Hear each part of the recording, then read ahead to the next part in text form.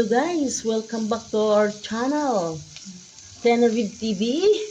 Ayan guys, magluluto tayo ngayon ng ginataang kalabasa na mayroong baka. Ayan. Ayan, simple lang guys. Kumakain pala si Jenny ng kalabasa.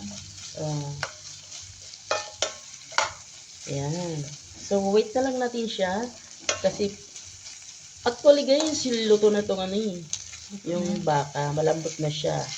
Kaso nga lang, kailangan natin palabasin ulit yung mantika. Para hindi na tayo maglagay ng mantika guys. So, baga, sariling mantika ng bakang natin. Tapos, yan, di ba? May mantikang konti dyan. Dito natin ilagay yung bawang.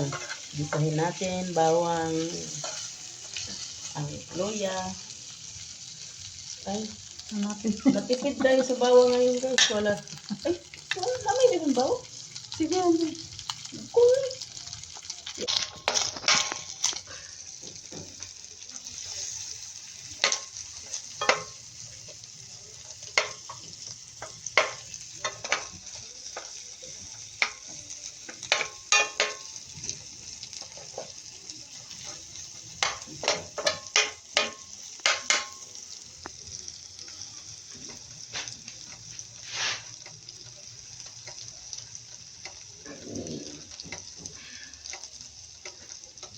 Kung wala yung natin.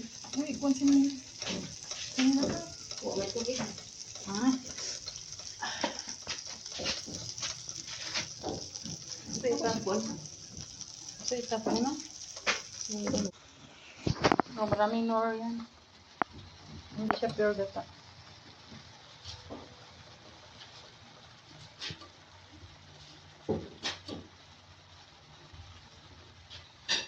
May dahon, may ano pa guys, ayaw kasi niya tanggalin yung balat.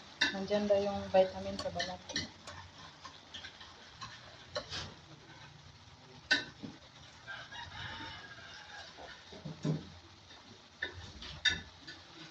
Tapos yung gata, hindi siya pure. May, ano na siya? May halong nor. Ano siya yung templada na.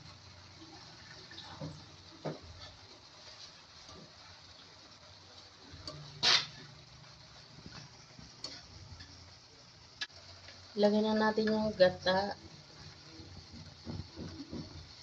Pero yung gata, ano siya, hindi siya yung niyog talaga na pure. Kasama na siyang templada na. Yan, takpan mo na. Ayan guys, luto ng ating kalabasang ginataan guys. Kulang na lang na malunggay. Wala tayong malunggay eh. So sarado natin guys. Thank you for watching. God bless you all.